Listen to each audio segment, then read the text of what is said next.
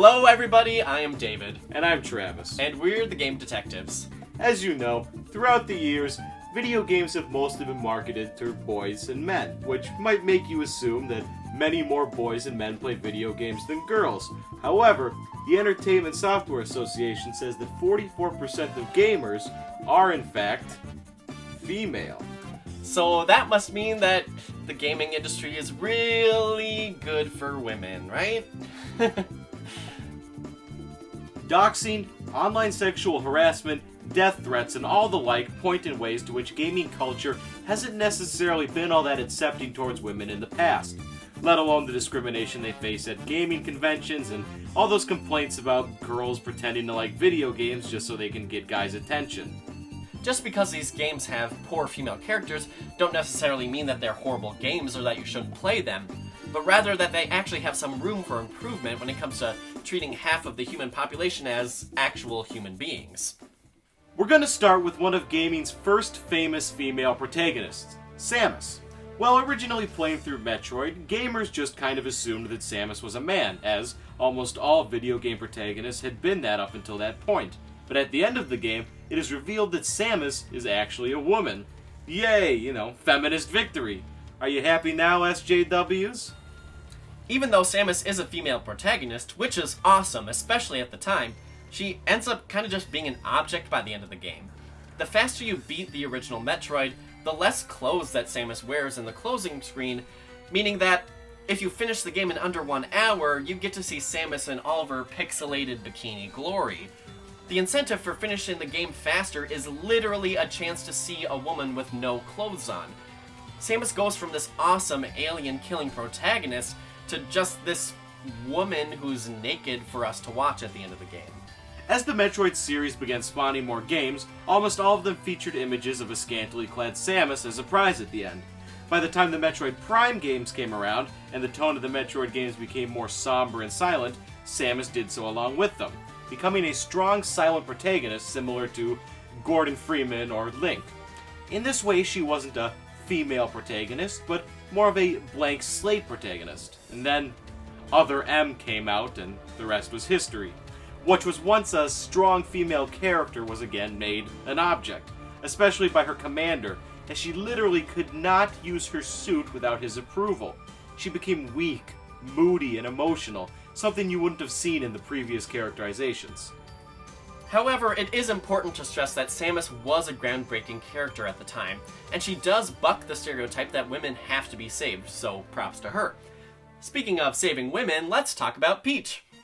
Peach has definitely made the transition from just a pure damsel to a character that can actually be the protagonist of her own games. But most main Mario titles, especially those of the Super Mario series, like to make Peach just the reason you have to defeat Bowser, again making her just kind of a prize to be won at the end of the game. However, in other Mario series, such as Paper Mario, she has a much stronger role. In Super Paper Mario, Peach is actually one of the playable characters that helps stop the bad guys, and in Thousand Year Door, Peach helps warn Mario of impending doom via a supercomputer that, fell in love with her when she was taking a shower. So, the only reason that the computer wants to help you was because he saw Peach naked, which is a little sketchy. The game developers could have easily made the computer like her because she didn't like the main villain and was brash to him and rude to him, but instead they make her best trait her breast trait. Or, they could have just made her a partner for Mario in the game in the first place. It's not that acknowledging sex appeal is a bad thing. It's just that in the context of Mario, it doesn't really make sense and it's kind of a lazy plot device. Peach is often compared to Zelda in terms of female representation in games, as they both originate from Nintendo. But Zelda has taken a much different route than Peach in terms of agency in games. While it's true that Zelda hasn't had a single main title to her name, besides those CDI games, she has a large variety of characterizations that aren't limited by her gender. Zelda transforms into Sheik in Ocarina of Time, and stealthily helps you throughout the game. She appears as Tetra in Wind Waker, a pirate boss that swindles you and actually ends up helping you defeat Ganondorf in the end with using light arrows. In Twilight Princess, she exists, I guess? Unfortunately, at the end of all these games, though, Zelda does end up getting captured by the main villain, making her a character that, again, just is kind of set up for you to rescue somebody. It's great that she does help in those final battles, but she could have just as easily been someone you work with to reach Ganon throughout the entire game. In Skyward Sword, Zelda actually stays a few steps ahead of Link in the game. Just when you think she's captured by Girahim, it turns out that she escaped, and her and Impa have been traveling to different springs to save the world. And you almost got Zelda killed twice because you weren't fast enough, so Impa took the guard duty from you. Oh, and Zelda sacrifices herself in order to save the world from demise. See how easy it is to just make a storyline without the woman getting captured? Nowadays, there are plenty of games that have playable female characters, or female sidekicks, that do more than simply sit and wait like Peach and Zelda used to, which is awesome. Unfortunately, sometimes these women don't really have any personality traits besides their unique ability to wear as little clothing as possible. Fighting games have been known for having outrageous costumes, especially with their playable female characters. Melina from Mortal Kombat, R. Mika from Street Fighter, and most famously Ivy from Soul Calibur all have ridiculously skimpy outfits that don't really serve a good purpose for their respective games. It simply makes no logical sense that someone would wear something like that into a battle. But the worst offender of scantily clad women is probably Quiet from Metal Gear Solid 5. I don't even know where to begin when talking about her character. The worst part of her design is probably the fact that no soldier ever, especially a sniper that's been trained to blend in with their environment, would wear approximately 2 square yards of fabric on their bodies. Maybe it's the fact that conveniently Quiet can't talk throughout the game. Maybe it's the fact that every time she's in a vehicle with you, she constantly shifts her body so you can get a view of every single nook and cranny she has. Maybe it's the fact that you can take a shower with her in the game even though for some reason you're fully clothed at the time. Maybe it's the fact that the camera literally shifts to focus on her butt and breasts during cutscenes.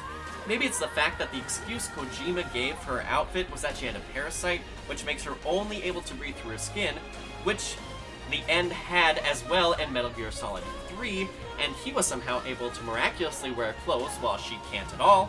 Maybe it's the fact that you literally have to watch her be tortured in order to unlock a regular set of clothing for her, or maybe it's just the fact that Kojima acted all high and mighty about his character when really all Quiet is a way to get male gamers to buy the game through sex appeal. Now, there's nothing inherently wrong with a nude female woman.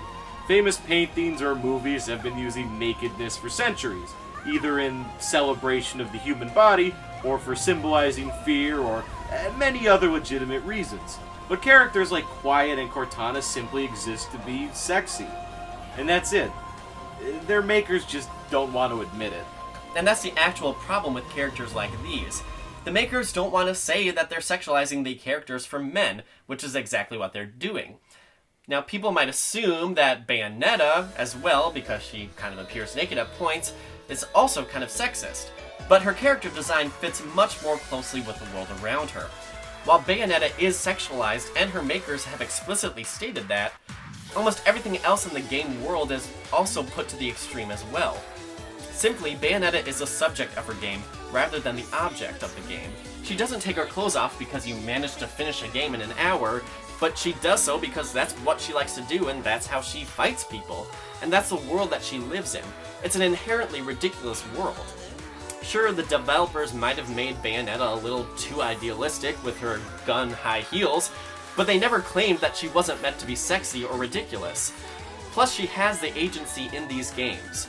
Her characterization and the world around her come together to make a ridiculous character, and her overt sexuality also plays into that ridiculousness.